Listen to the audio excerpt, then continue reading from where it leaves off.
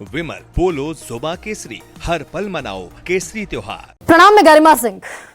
Sunday special edition में आज बात करूंगी हिंदुस्तान की।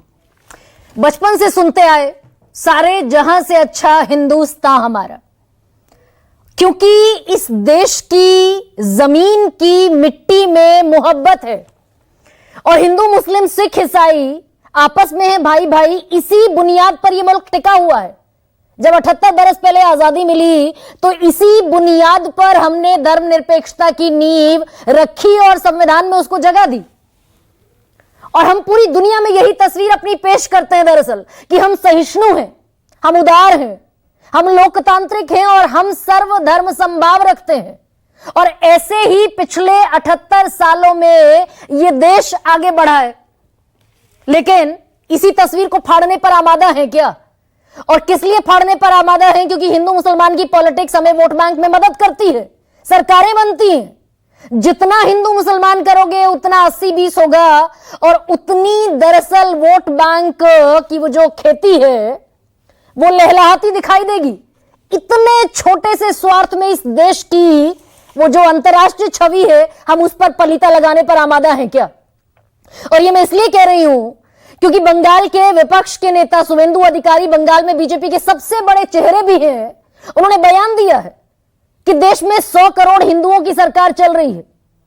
100 करोड़ हिंदुओं की सरकार देश में चल रही है और जो 40 करोड़ बाकी रह गए, बौद्ध हैं, पारसी हैं, मुसलमान हैं, ईसाई हैं, वो दरअसल किसके रहमो करम पर इस देश में है फिर, या उनकी जिम्मेदारी किसकी है? सबसे पहले शुवेंदु अधिकारी को सुनिए क्या कह रहा। सबक सिखाना चाहिए। जैसे इजराइल सिखाया गाजा में, उस तरीके से हमारी भारत की 100 करोड़ हिंदू, देश का हिंदू हित में चल रहा है सरकार, सबक सिखाना चाहिए। जैसे ऑपरेशन सिंदूर में पाकिस्तान को हम लोग सबक सिखाया। अब दरअसल शुवेंदु अधिकारी ये कह रहे हैं कि सबक सिखाया जाना चाहिए, जैसा इजराइल ने, यहूदी मुल्क ने फिलिस्तीन में मुसलमानों को सिखाया। 70,000 लोगों के चिथड़े चिथड़े उड़ गए पिछले 2 बरस में फिलिस्तीन में। ऑफिशियल डेटा है और आधिकारिक डेटा से इतर अनऑफिशियल तो पता नहीं और कितने ज्यादा मारे गए होंगे। बूढ़े, बच्चे, महिलाएं, 70,000 लोगों की फिलिस्तीन में पिछले 2 साल में मौत हो चुकी है। नरसंहार हुआ है ये दरअसल। तो क्या शुवेंदु अधिकारी जिन्होंने संविधान की शपथ ली है वो ये कह रहे हैं कि जैसा इजराइल ने मुसलमानों को मारा फिलिस्तीन में, वैसे हमें बांग्लादेश को मारना चाहिए, बांग्लादेश में मुसलमानों को मार देना चाहिए, ऐसा ही नरसंहार भारत को बांग्लादेश में करना चाहिए, ये कह रहे हैं शुवेंदु अधिकारी। तो ऐसा कोई बयान फिर ऑफिशियली विदेश मंत्रालय जारी कर दे, अगर यही भारत का ऑफिशियल स्टैंड है। और एक और चीज, भाई क्यों कह रहे हैं शुवेंदु अधिकारी? इसलिए कह रहे हैं कि बांग्लादेश में अभी दरअसल बवाल मचा हुआ है और भीड़ इतनी ज्यादा अनियंत्रित होती जा रही है कि वहां 2 हिंदू युवकों की हत्या हो गई सरेआम, पीट पीट कर, और बेहद नृशंस हत्या हुई, बेदर्दी से हुई, जिसकी जबरदस्त निंदा होनी चाहिए। भारत सरकार को कड़ा विरोध दर्ज कराना चाहिए बांग्लादेश में मोहम्मद यूनुस के सामने कि अल्पसंख्यकों की सुरक्षा हर देश में सुनिश्चित होनी चाहिए। भारत हो, बांग्लादेश हो, अमेरिका हो, भाई अमेरिका में भी हमारे बहुत सारे भारतीय रहते हैं, अल्पसंख्यक हैं, वो वहां हिंदू धर्म फॉलो करते हैं, वहां उनकी सुरक्षा होनी चाहिए। और शुवेंदु अधिकारी कह रहे हैं कि भाई सरकार तो सिर्फ 100 करोड़ हिंदुओं की चल रही है। अब दरअसल बयान बांग्लादेश पर देंगे, लेकिन हिंदू मुसलमान तो देश में होगा ना। वो जो बाइफर्केशन है हिंदू और मुसलमान का, एक तरफ 80%, एक तरफ 20%, वो वोट बैंक का जो प्रॉफिट है वो तो देश में होगा। लेकिन इस चक्कर में पलिता लोकतांत्रिक छवि को इस देश की लग रहा है। और दरअसल भाई वहां के अल्पसंख्यकों की, हिंदुओं की, बांग्लादेश के हम चिंता कर रहे हैं और अपने देश के मुसलमानों को हर दिन हम कभी हरा सांप कह देंगे, कभी आतंकवादी कह देंगे।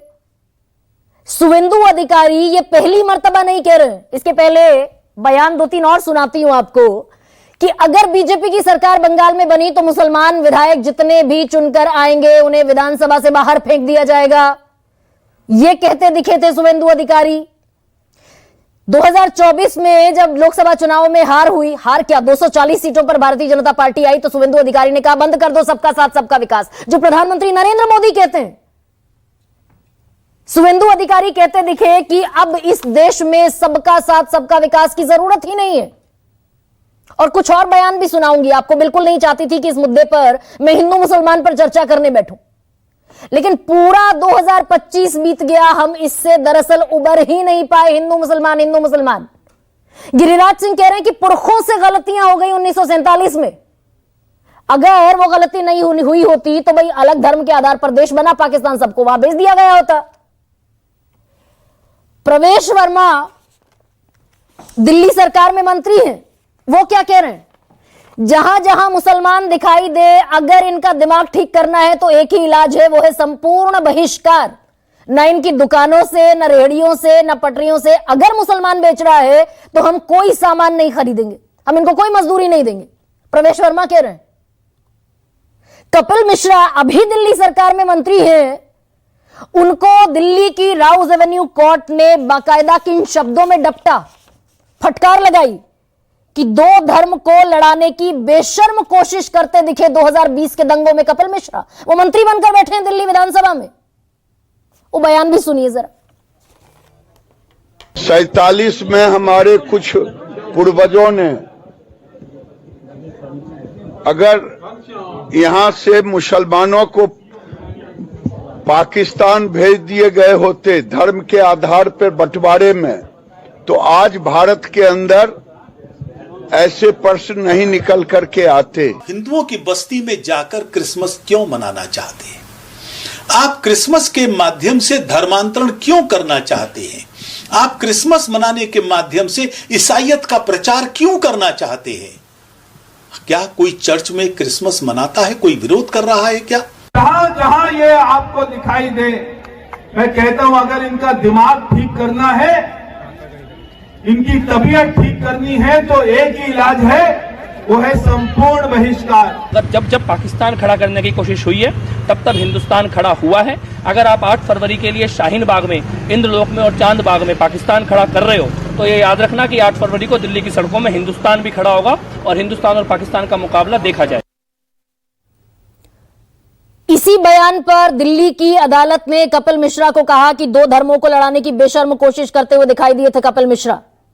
अब दरअसल नेता तो अपनी पॉलिटिक्स चमका रहे हैं और हम बतौर देश कहां पहुंच रहे हैं। देश के प्रधानमंत्री क्रिसमस के मौके पर चर्च गए और बाकायदा ये कहा कि यह त्योहार दरअसल उम्मीद लेकर आता है इस देश में भाईचारे की। अब सबसे बड़े नेता इस देश के प्रधानमंत्री नरेंद्र मोदी तो कह रहे हैं भाई Christmas is a positive ambience day. प्रधानमंत्री तो ये कह रहे हैं। और नीचे जमीन पर क्या हो रहा है कि देश का कोई हिस्सा ऐसा नहीं बचा क्रिसमस डे के मौके पर जहां बजरंग दल, विश्व हिंदू परिषद, सनातन के नाम पर उत्पात करते ना दिखे हो। और कहीं किसी के खिलाफ मुकदमा दर्ज नहीं हुआ। इंदौर में बाकायदा घुस गए थे एक चर्च में। 2 दिन बाद भी पुलिस कह रही है कि हमें किसी ने हमारे सामने किसी ने एफआईआर ही नहीं कराई। सीआरपीसी कहता है कि कॉग्निजेंस ऑफेंस अगर है और आपको सबूत दिखाई दे रहे हैं तो आप खुद एफआईआर कर लो, किसी की जरूरत ही नहीं है एफआईआर के लिए। कल बरेली में एक बच्ची नर्सिंग की छात्रा, ये तस्वीर मैं आपको दिखाने वाली हूं, ये कल की तस्वीरें हैं दरअसल। ये जमीन पर हिंदू मुसलमान का इंपैक्ट क्या है ये देखिए। ये नर्सिंग की छात्रा अपने 4 दोस्तों के साथ, 6 लड़कियां और 4 लड़के पहुंचे बरेली के कैफे में जन्मदिन मनाने। उन 4 लड़कों में 2 लड़के मुसलमान थे। बजरंग दल के लोग ठेकेदार बनकर सनातन धर्म के पहुंच गए इस कैफे में, जमकर बवाल काटा, खूब मार कुटाई हुई। पुलिस मौजूद थी, थप्पड़ मारे गए इन मुसलमान लड़कों को।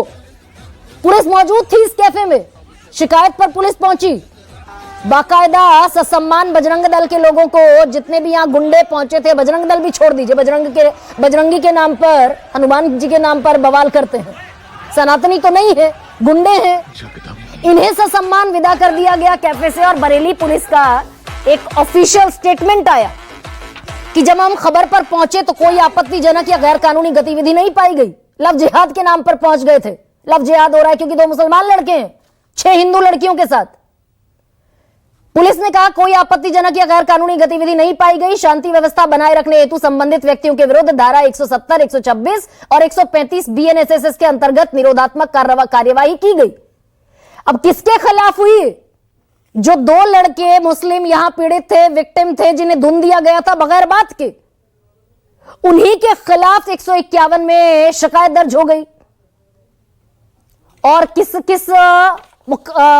मद में हुई? Disturbance of peace. भाई जो पिट गए वही पीस को डिस्टर्ब कर रहे थे। बवाल जब हुआ तब जाकर अभी थोड़ी देर पहले इन गुंडों के खिलाफ भी एक FIR दर्ज हुई है।